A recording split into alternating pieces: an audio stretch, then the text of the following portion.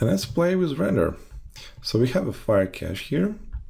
Let's go to material palette, and I want to use a fireball. Like there's some element already here, but I want to remove it. We begin all from scratch. Let's go to materials. Let's call this fire smoke maybe, because there is and fire and smoke. Let's apply this material to our fire cache.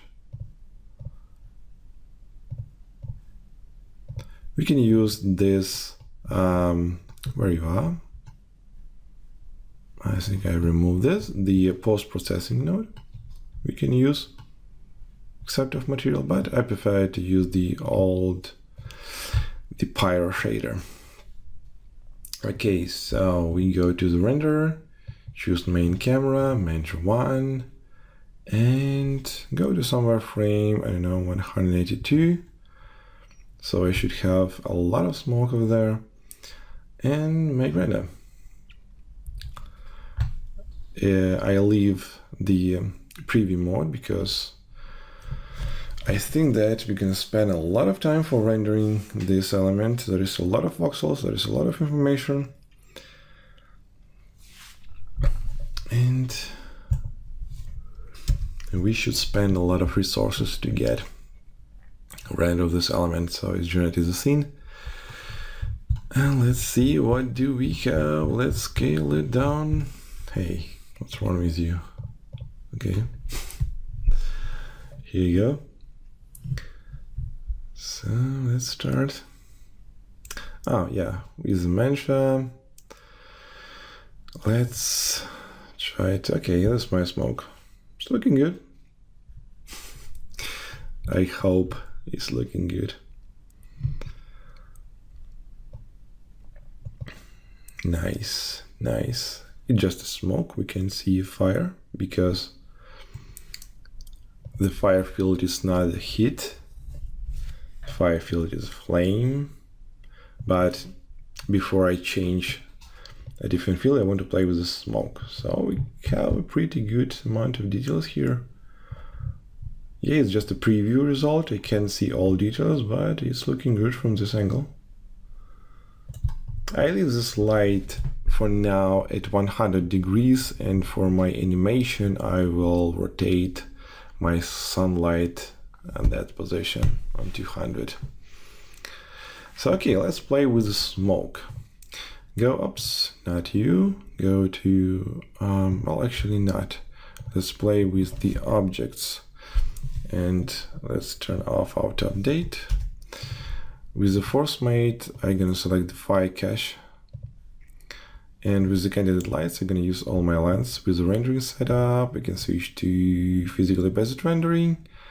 Pixel samples, by default, I'm gonna leave. Maybe I'll increase the volume step rate for the final render. As I said, I don't want to use a motion blur at the moment. And yeah, looking good. Go to material.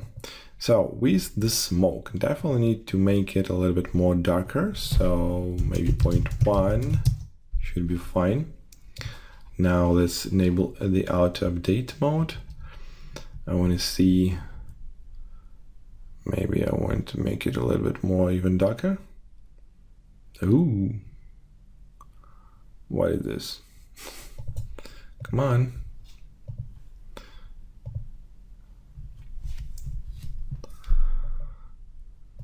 I did something wrong here or what? The file cache is all fine.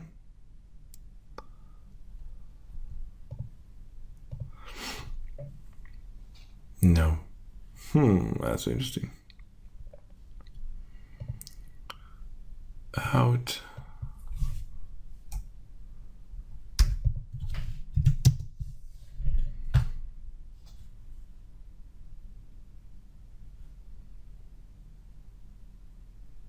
Just want to see what is going on here. That's interesting. So, oh, because of this file render,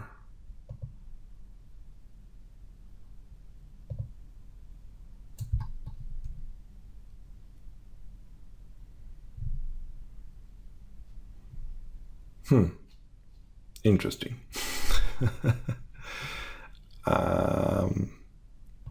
I don't get it. What's wrong with this? So I use, okay, let's me, oh, force mate, sorry, yeah, that's, I just, pardon me, just wrong place. So yeah, let's leave it render flex render. Okay.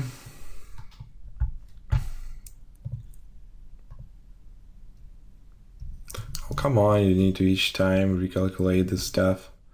I get the smoke color is pretty fine. I don't want to make it more darker.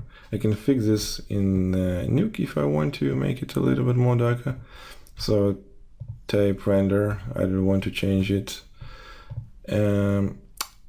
Each time, so go to material, and with the fire intensity field I change it to the flame, except of the heat, like in old fire mode. And I think maybe I will increase the density scale to a little bit bigger amount, like 0.5, because 0.3 it's a little bit small density. Come on. Yeah, now we can see that something over there we have looking like a fire. Yeah. It's definitely a very small scale from a fire. So let's play with that. Where's the scattering phase? I guess I will put 0.02.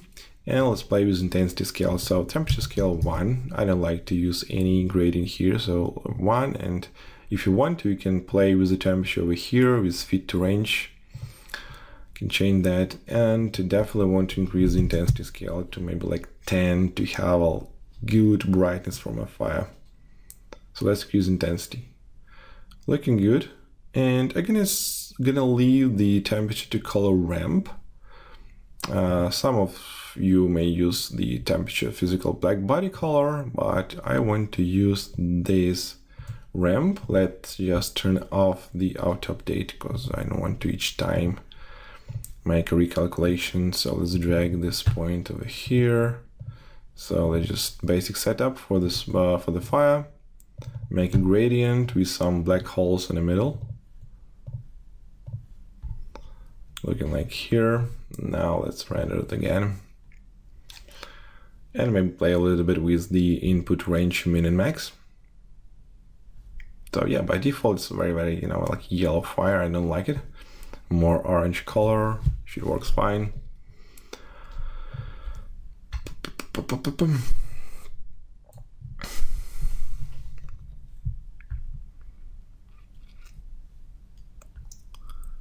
Yeah, looking much better now.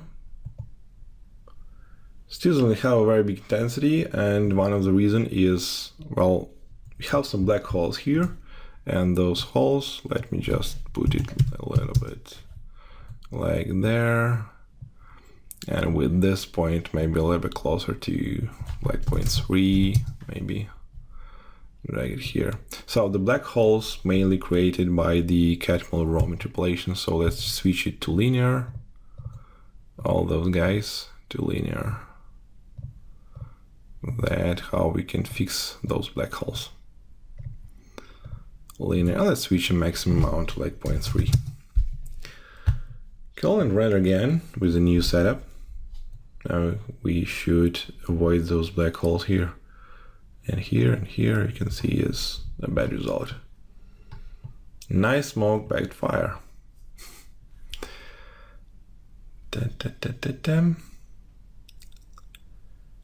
And even with the intensity scale, it's not too many fire here. So let's play with the volume light. This fire should create some light for us. So let's add this light.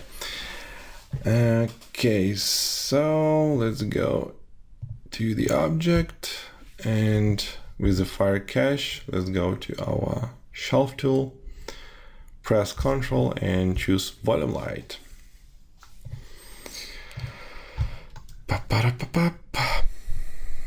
Let's wait a bit.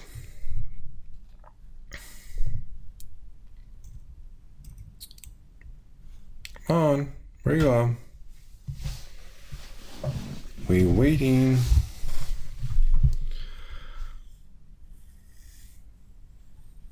It's just visualizing our smoke. It's not about the volume light, but it's uploading the smoke now for the scene view.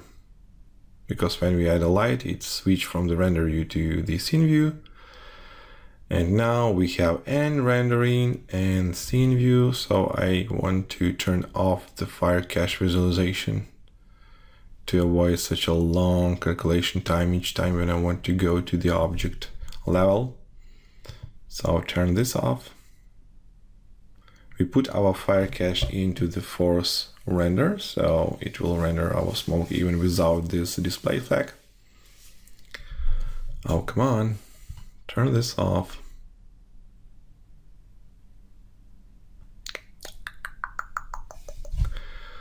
Come on, come on, come on, come on, come on, come on, come on. I just want to press too many different button tabs because the more I try to switch to another window, the more chances that Houdini can just fly out.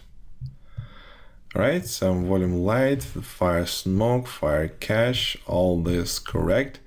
So another thing I want to change here is the intensity of this fire. So let's make it like 2 and 2, so intensity and exposure. And let's get back to render.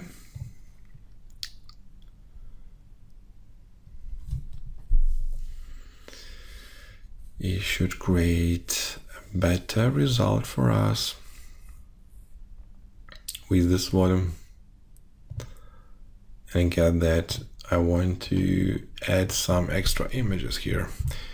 So let's add the direct lighting for each element, so variable for each light. That's what I want to have here. Not too much, I guess, not too much. A little bit more intensity, but not what I expected, so maybe 5 by 5. Let's stop and render again. Sometimes when we add a volume light and we not make a stop render and make render again, it can sometimes it not load this volume light into the render.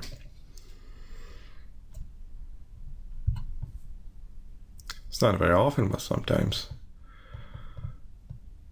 you make a render, but you can say that, okay, I don't have a volume light.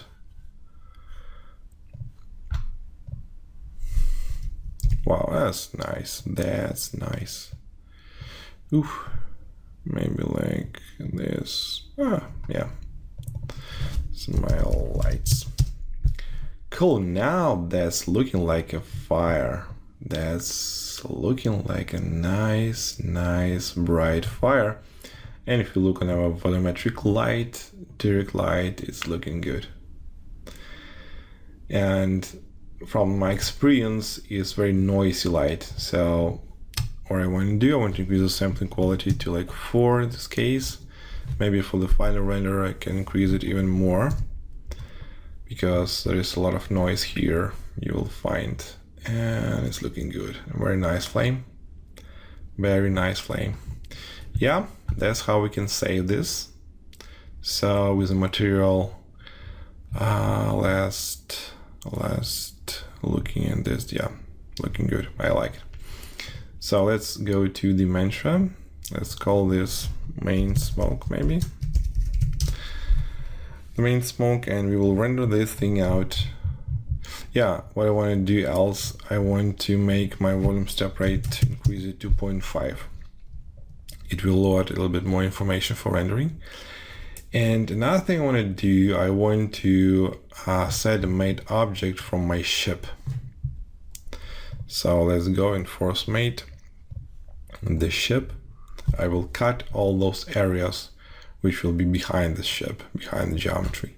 Select the frame range, And I don't want to use the range from 0 because just you can see that we are on frame 182, 92, and you just begin to feel this upper area with the smoke.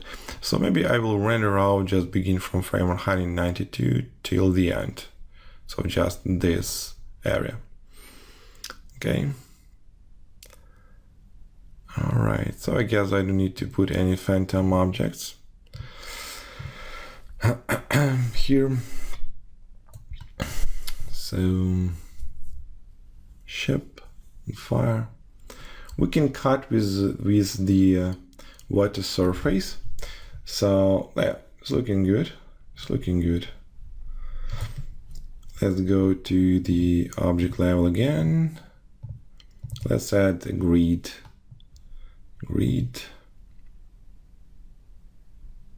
What I was thinking. Come on.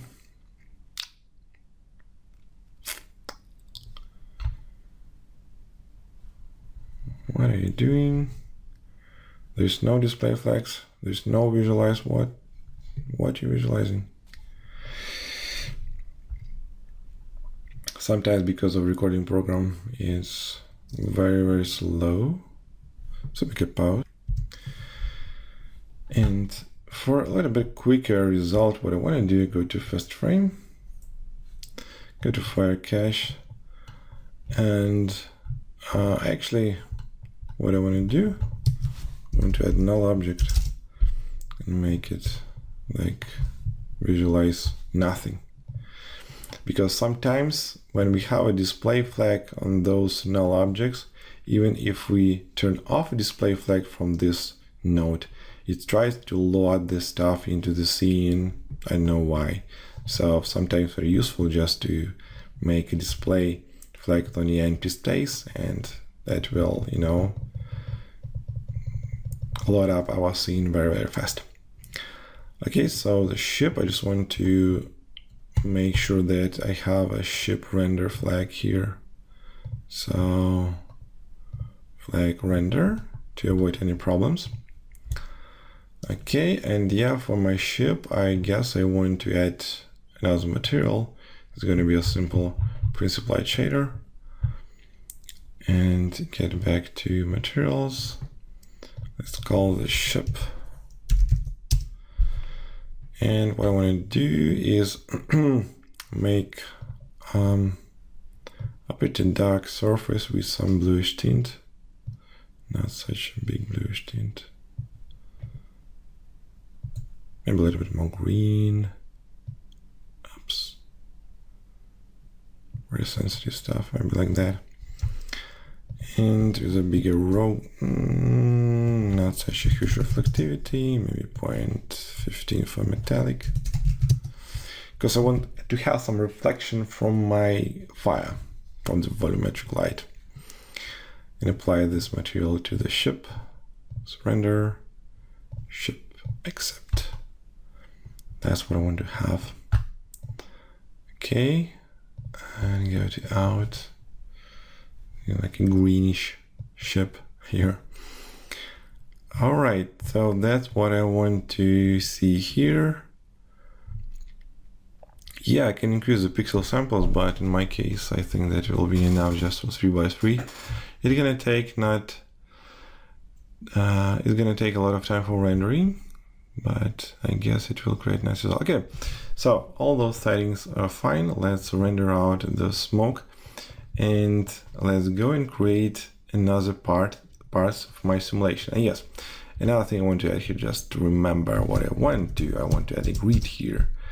So let's make it grid much bigger, like 100 by 100, to cover the area with this smoke here.